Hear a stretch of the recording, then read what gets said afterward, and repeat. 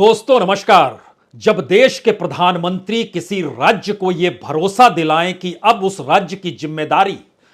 देश के प्रधानमंत्री नरेंद्र मोदी की है, तो जाहिर है उस राज्य के लोगों का सीना चौड़ा हो जाएगा। उन्हें यह लगने लगेगा कि अभी तक जो हुआ सो हुआ,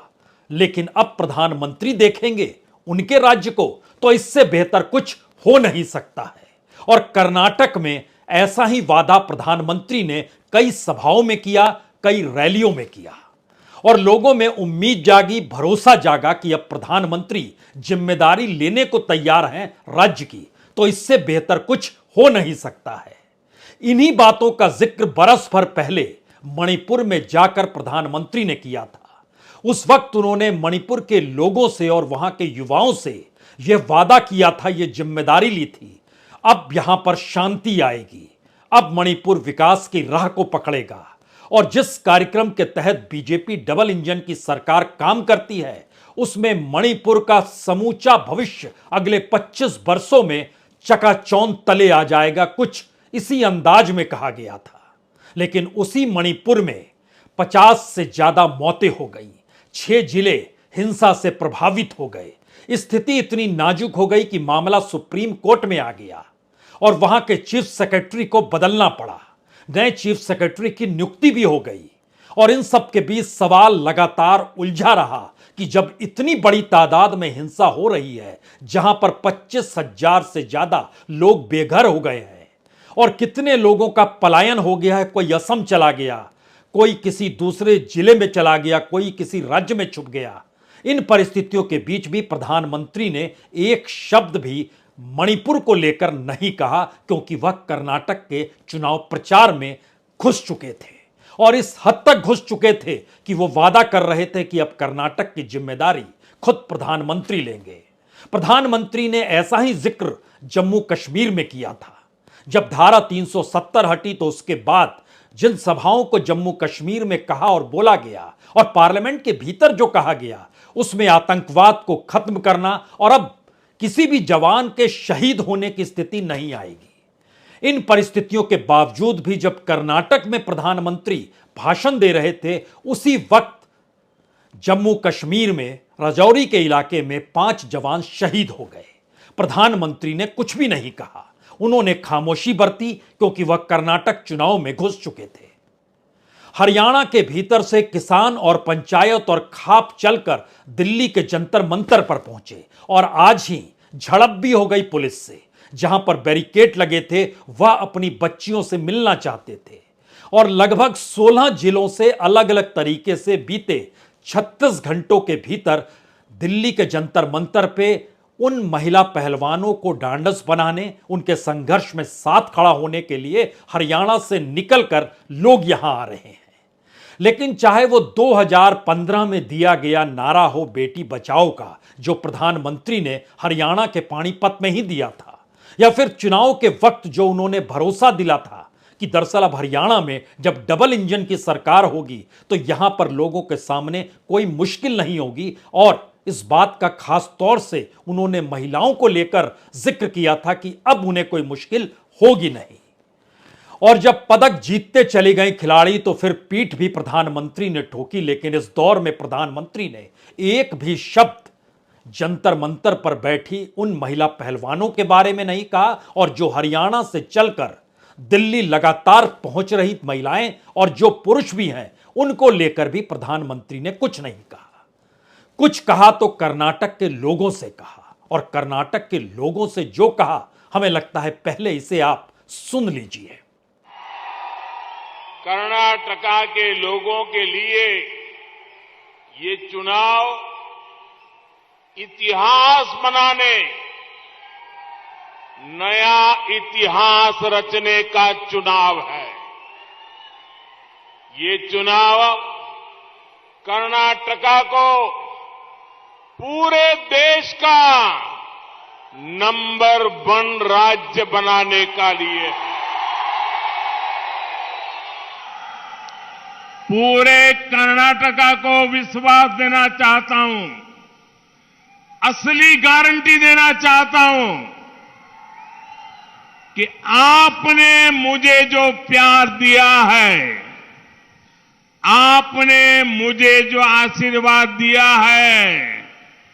मैं कर्नाटका का विकास करके आपको ब्याज समेत लौटाऊंगा। प्रधानमंत्री ने दो बातों का खुलकर जिक्र किया। एक तो जिम्मेदारी ली और दूसरी तरफ बताया कि कर्नाटक चुनाव कितना महत्वपूर्ण है और कर्नाटक को नंबर 1 बनाने के लिए वो क्या कुछ करेंगे। तो हमें लगा जहां जहां बीजेपी की सरकार है और सबसे लंबे वक्त से सरकार तो मध्य प्रदेश में है, वहां का कच्चा चिट्ठा आपको बताया जाए, या फिर हरियाणा का ही कच्चा चिट्ठा बताया जाए, या फिर बीजेपी जहां भी सत्ता में है वहां की स्थिति क्या है आर्थिक तौर पर और सामाजिक तौर पर, यह कच्चा चिट्ठा आपको जानना चाहिए। लेकिन उससे पहले एक क्षण के लिए प्रधानमंत्री जब चुनाव प्रचार में जुटते हैं तो फिर वह जुट ही जाते हैं, वो दूसरी तरफ ध्यान नहीं देते हैं। यही वजह है कि मणिपुर पर उन्होंने खामोशी बरती, ये जानते समझते हुए कि उन्होंने मणिपुर के लोगों से कहा था कि आप हमें जिताइए, उसके बाद यहां शांति स्थापित होगी। और इस बात का जिक्र उन्होंने बरस पर पहले फरवरी 2022 में किस रूप में कहा था, एक क्षण के लिए जरा उसे भी सुन लीजिए।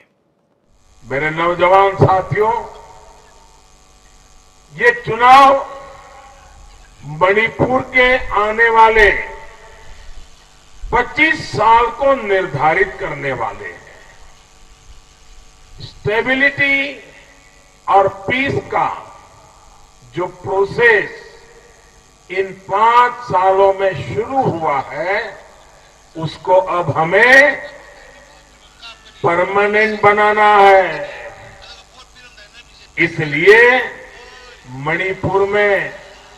बीजेपी के नेतृत्व में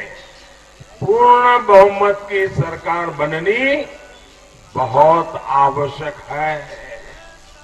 लेकिन यही मणिपुर जल रहा है। यहां की स्थितियां इतनी नाजुक है कि केंद्र सरकार को सुप्रीम कोर्ट के सामने कहना पड़ा कि बीते 48 घंटों में कोई हिंसा नहीं हुई है, चीफ सेक्रेटरी हमने बदल दिया है और अब स्थिति अनुकूल हो जाएगी। लेकिन आरक्षण को लेकर अभी चर्चा मत कीजिए, बाद में कीजिएगा क्योंकि स्थिति नाजुक है। तो तय हुआ कि अब 17 तारीख को सुप्रीम कोर्ट सुनवाई करेगी। लेकिन जरा परिस्थिति को समझिए, जब मणिपुर गए थे और उसके बाद जब चुनाव परिणाम आए तो मणिपुर की 60 में से 37 सीटें बीजेपी ने जीत ली। और उसके साथ बीजेपी को समर्थन देने के लिए कौन खड़े हुए मौजूदा वक्त में जो टकरा रहे हैं मणिपुर के भीतर, वो शायद एक तरफ अगर मैतई हैं जिनको आदिवासी वहां नहीं माना जाता है लेकिन वो आदिवासी का दर्जा चाहते हैं, दूसरी तरफ नगा और कुकी हैं। जो जनजाति आदिवासी है वो उसमें ज्यादातर ईसाइयों की तादाद है और इनके जरिए जो पॉलिटिकल पार्टी भी बनी मणिपुर के भीतर में, उसमें नगा पीपुल्स फ्रंट जिसके 5 विधायक हैं वो समर्थन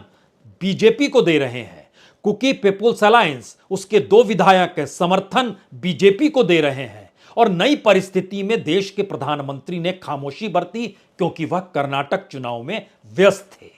जबकि स्थितियां कितनी नाजुक हो सकती हैं या है, यह इस बात से भी समझिए, अगर राजनीतिक तौर पर समझेंगे तो मैतई इनकी तादाद सबसे ज्यादा है। वहां पर कुल मिला के मणिपुर की जनसंख्या 35 लाख के लगभग की है और इतनी कम जनसंख्या को संभाल पाने में अगर वहां की राज्य सरकार और केंद्र सरकार जो लगातार कह रही है कि हमारी नजर है और हम देख रहे हैं, और देश के गृह मंत्री ने एक रैली वहां पर रोक भी दी, कहा कि मैं जरा ध्यान दूं मणिपुर की तरफ, दोबारा अगले घंटे से वह रैली में घुस गए, रोड शो में घुस गए। किस तरह से डबल इंजन या किस तरीके से प्रधानमंत्री राज्यों की जिम्मेदारी लेते हैं उसकी यह एक तस्वीर भर है। क्योंकि इस तस्वीर के आगे की तस्वीर, इस दौर में जब चुनाव प्रचार चल रहा था, इस दौर में भारत की अर्थव्यवस्था के मद्देनजर नहीं बल्कि अगर अंतर्राष्ट्रीय तौर पर भी परिस्थिति को परखना शुरू कीजिएगा तो पहली बार इसी दौर में विदेश मंत्रियों की बैठक में रूस के विदेश मंत्री ने कह दिया अब हम रुपए में कोई डील नहीं करेंगे। यानी जो अभी तक रुपए को एक बड़ी करेंसी के तौर पर भारत देखना चाहता था और रूस के साथ इस दौर में जो लगातार इंपोर्ट बढ़ता चला गया और स्थिति इतनी बड़ी हो गई कि जिस तेल का हम आयात 1% करते थे यूक्रेन युद्ध से पहले, आज की तारीख में 36% करते हैं। और इस वक्त रूस के विदेश मंत्री जब गोवा में एससीओ में, जो शंघाई ऑर्गेनाइजेशन है, उसकी बैठक में जब पत्रकारों से बातचीत करते हुए ये कहते हैं कि हमारे पास तो रुपया भर गया है, बैंकों में भरा पड़ा है, अब हम इसका क्या करेंगे हमें समझ नहीं आता है, और इसकी तादाद लगभग 3, साढ़े 3, 4 लाख करोड़ तक हो चली है, तो इसका हम किस रूप में करेंगे, करेंसी में दूसरी करेंसी से कैसे कन्वर्ट करेंगे हमें नहीं पता है, तो अब हम रुपए में आदान प्रदान नहीं करेंगे। प्रधानमंत्री ने इस दौर में नई स्थिति को लेकर अभी चिंता व्यक्त नहीं की है। लेकिन सवाल है, जब चुनाव प्रचार हो रहा होता है तो क्या ऐसे में जिन राज्यों में डबल इंजन है और जिन राज्यों में बीजेपी की सरकार है, उन राज्यों में जो कुछ हो रहा हो वो जिम्मेदारी किसकी होगी? उसमें केंद्र की जिम्मेदारी नहीं होगी? क्या यह माना जाए कि सिर्फ राज्य की जिम्मेदारी होगी? और राज्य फेडरल स्ट्रक्चर के तहत उसके जो अधिकार हैं उसी के तहत अगर वो काम कर रहा है तो फिर केंद्र जिम्मेदारी क्यों ले? तो ऐसे में डबल इंजन का मतलब क्या है? और जब प्रधानमंत्री जाकर कहते हैं कि मैं जिम्मेदारी लेता हूं, जो जिम्मेदारी उन्होंने मणिपुर में हिंसा ना होने को लेकर ली और पीस शब्द का जिक्र किया, यानी शांति होगी, जिस बात का जिक्र जम्मू कश्मीर में जवानों के अब शहीद ना होने का जिक्र किया गया, आतंकवाद खत्म होने का जिक्र किया गया, जबकि बीते एक हफ्ते में आतंकवादियों से लगातार मुठभेड़ जारी है, हरियाणा की बच्चियों को जो वादा किया, और इस तारीख के भीतर में जब आप घुसेंगे तब आपको इस देश में डबल इंजन की सरकार का मतलब समझ में आने लगेगा, क्योंकि हरियाणा में, इस देश में जो बेरोजगारी दर है उससे 3 गुने से ज्यादा बेरोजगारी दर हरियाणा में है। और जिस कर्नाटक में प्रधानमंत्री वादा कर रहे हैं नंबर 1 बनाने का, तो इससे पहले कि सरकार ने क्या किया, यह सिर्फ इस रूप में समझिए कि वहां पर जो मजदूर होते हैं 15 बरस से लेकर 24 बरस के बीच में, CMIE का एक डाटा है जो बताता है कि जिस वक्त बीजेपी की सरकार नहीं बनी थी उस वक्त वहां पर जो लेबर पार्टिसिपेशन था, यानी काम काज में जो वहां के 15 से 24 बरस के युवाओं को काम मिलता था, वह लगभग वहां पर 24% था, जो इस वक्त घटकर 13